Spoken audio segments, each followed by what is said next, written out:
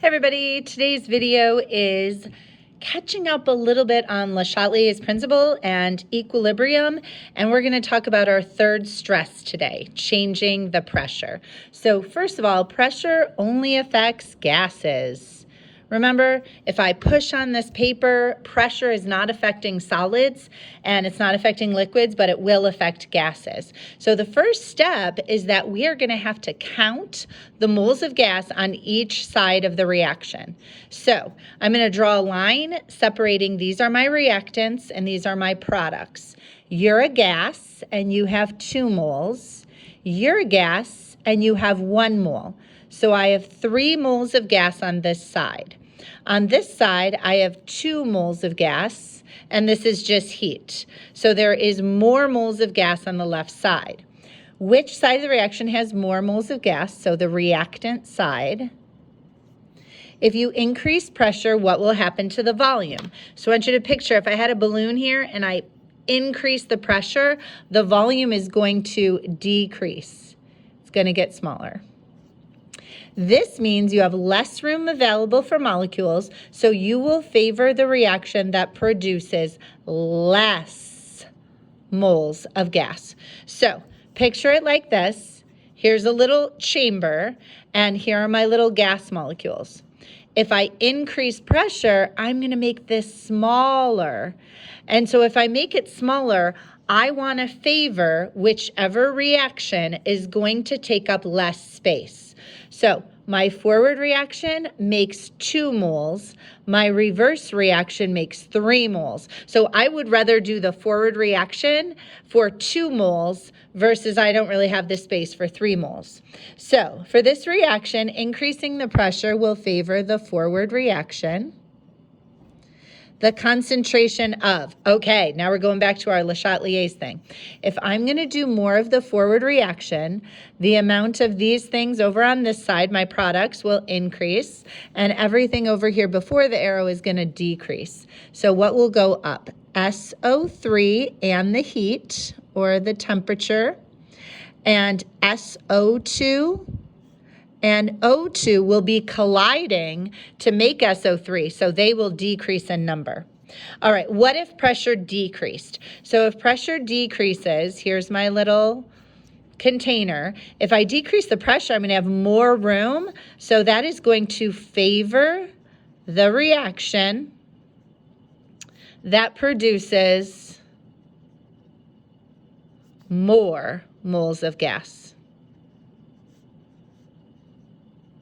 All right, because I will have more room. All right, so first we're going to start off by just practicing counting moles. So for each reaction, write on the line under the reactants the number of moles of gas. I only want to count it if it's a gas. Then write on the line under the products the numbers of moles of gas. Okay, so I have a gas here and there's 1. I have a gas here and there's 3. So 1 and 3. I've got 4 moles of gas on this side. I have 2 moles of gas on this side. Now I practice for this one. This is a gas, so it's 2. This is a gas, so it's just 1. I practice here. You're a gas, you have 2. You're a gas, you have 3, so I have 5 on this side. You're a gas, and you're 1. So that was just to practice counting moles of gases. Now, for each reaction, we're going to put this together. What we know about wherever you have more moles of gas, if you increase the pressure, you're going to move away. So we're going to determine the number of moles of gas on each side of the reaction. We're going to determine which reaction will be favored when the pressure goes up, and what's going to increase in concentration and what's going to decrease in concentration. So this is what I do first. A 1 and a 3 of gas gives me 4 on this side and 2 on this side. I always want to favor the reaction that will make less moles of gas when the pressure is increased. So I'm going to go this direction, which means this will go up and this will go down. So I'm going to favor my forward reaction because it made less moles of gas. When I do that, I make more ammonia, so NH3 is going to increase. And I'm going to use the N2 and I'm going to use the H2 to make the ammonia. So those will both decrease in concentration. All right, so I want you to pause and I want you to do this one on your own. And then once you've done it, you can hit start again, and I will explain. All right, I've got 2 moles of gas on this side. I've got 1 mole of gas on this side. 1 is fewer. So I'm going to go this direction and make more of this, and I'm going to use up this. So this is going to favor my forward reaction. The concentration of N2O4 and the heat will increase, but NO2 is going to get used up, so that will decrease. All right, here I have a gas, 2. Here I have a gas, 3. So I've got 5 on this side and just 1 gas on this side. So I'm also favoring the forward reaction,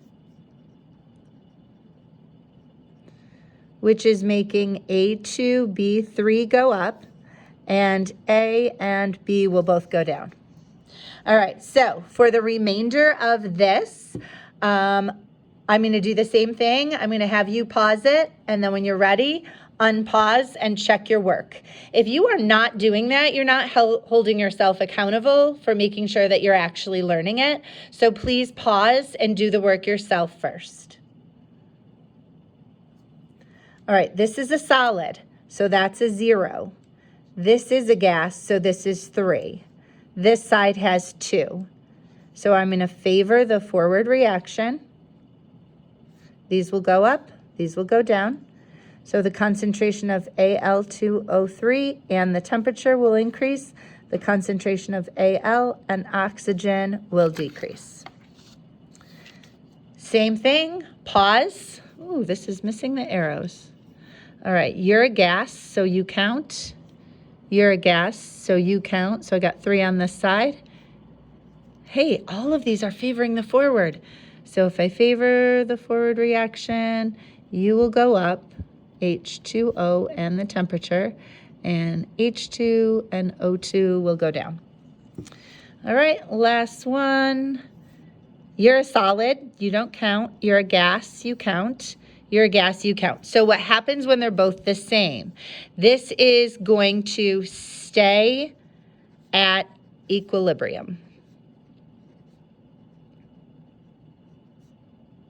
All right, it is not going to favor one reaction over the other because they both have the same number of moles of gas. Thanks.